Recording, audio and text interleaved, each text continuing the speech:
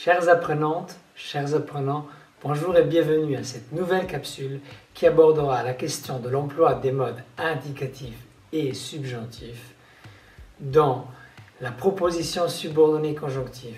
Et déjà, lorsque je dis un tel mot, proposition subordonnée conjonctive, je sais que certains ont très peur. C'est pour ça que, avant de parler, avant d'expliquer comment cela marche, nous avons préparé une petite minute métalangage pour revenir sur les termes importants avant de commencer les explications.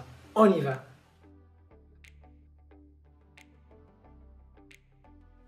Alors, bienvenue à cette petite minute métalangage.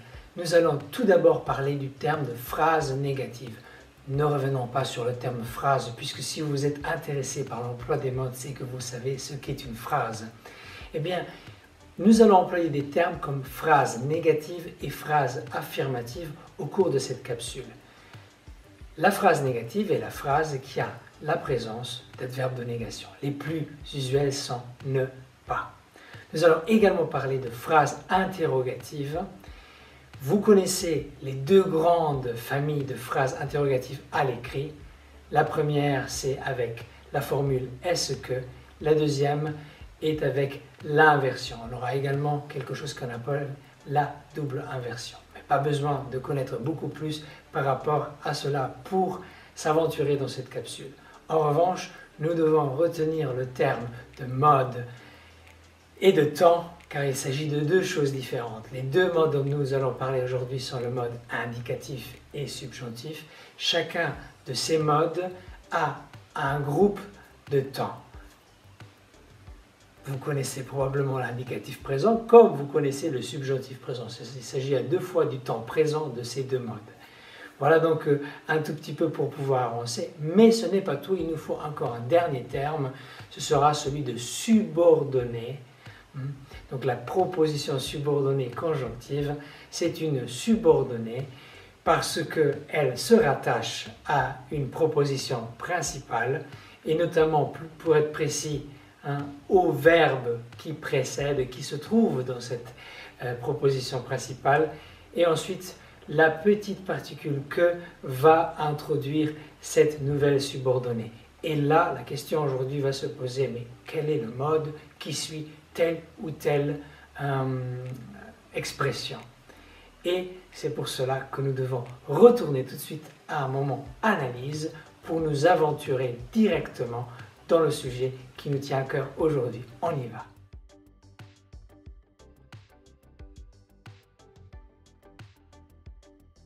Nous allons procéder de la façon suivante. Mon collègue va vous lire les phrases et moi, je vais essayer de rassembler la théorie. On y va. Bonjour chers collègues, alors les phrases qui se trouvent juste à côté de moi sont les suivantes. Il voit que le tram part, il ne voit pas que le tram part. Elle savait que tu avais une bonne nouvelle à lui annoncer. Sais-tu que Jean viendra avec nous au marché? Je te repasse la ligne. Merci, merci beaucoup pour cette belle lecture. Alors, ce que vous avez constaté, ou peut-être entendu, c'est que nous avons principalement utilisé le verbe voir et le verbe savoir, car ils représentent un ensemble d'autres verbes, les verbes de la perception et les verbes du savoir. Et si vous analysez les phrases, vous voyez que nous ne trouvons que l'indicatif comme mode dans les propositions subordonnées et à chaque fois d'autres temps. Nous avons une phrase avec l'indicatif présent, une phrase avec l'indicatif imparfait et encore une autre avec l'indicatif futur simple.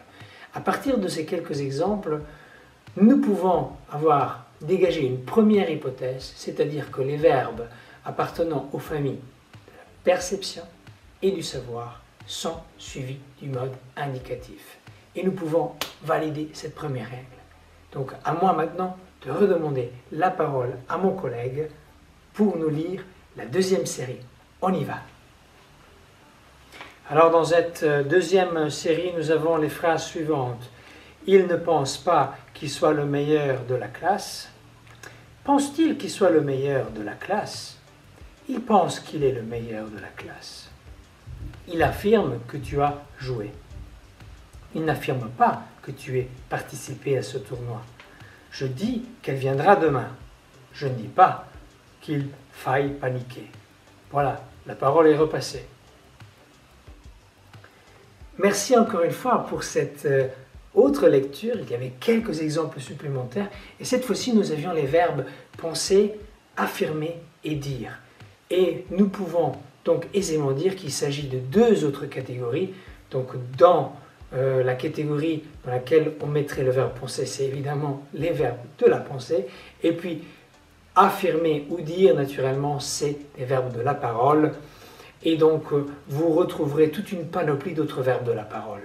Alors, l'analyse, cette fois-ci, est beaucoup plus complexe. En effet, si vous reprenez les exemples un à un, et je vous demanderai de le faire également par la suite, éventuellement de faire une photo dans votre mémoire et de vous souvenir de ces petits éléments.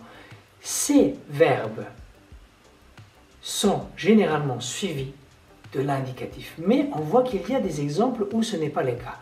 Et ce sont évidemment quelques types de phrases différentes. Et là, on se souvient de la minute métalangage que nous avons eue. Il s'agit, le cas échéant, de phrases négatives ou de phrases interrogatives avec inversion.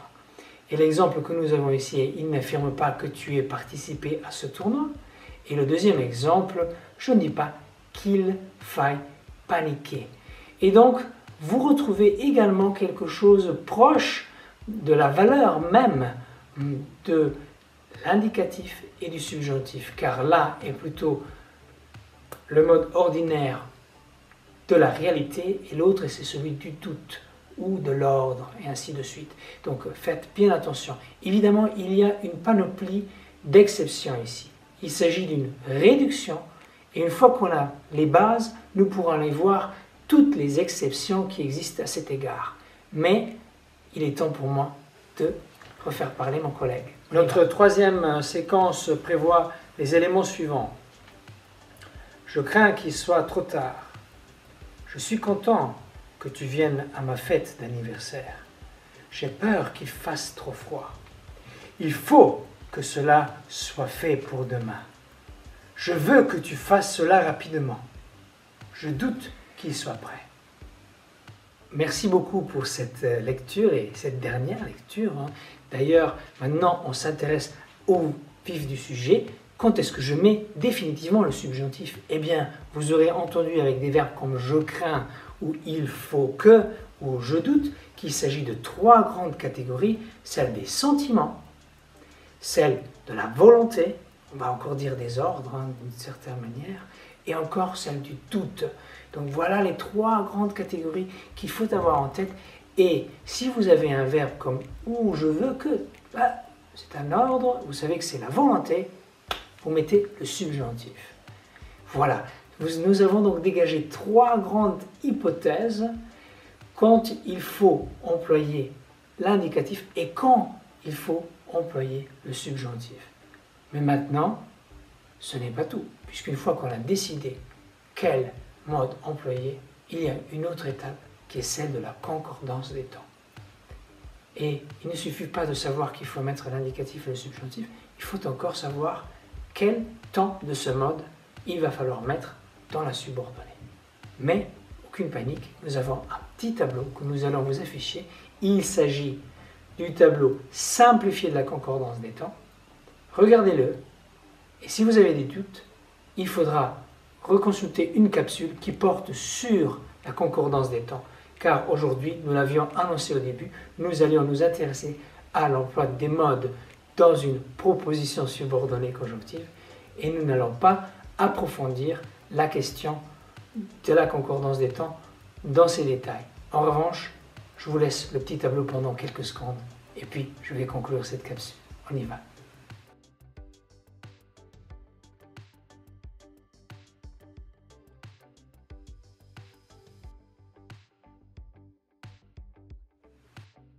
Chères apprenantes, chers apprenants, c'est la fin de cette capsule.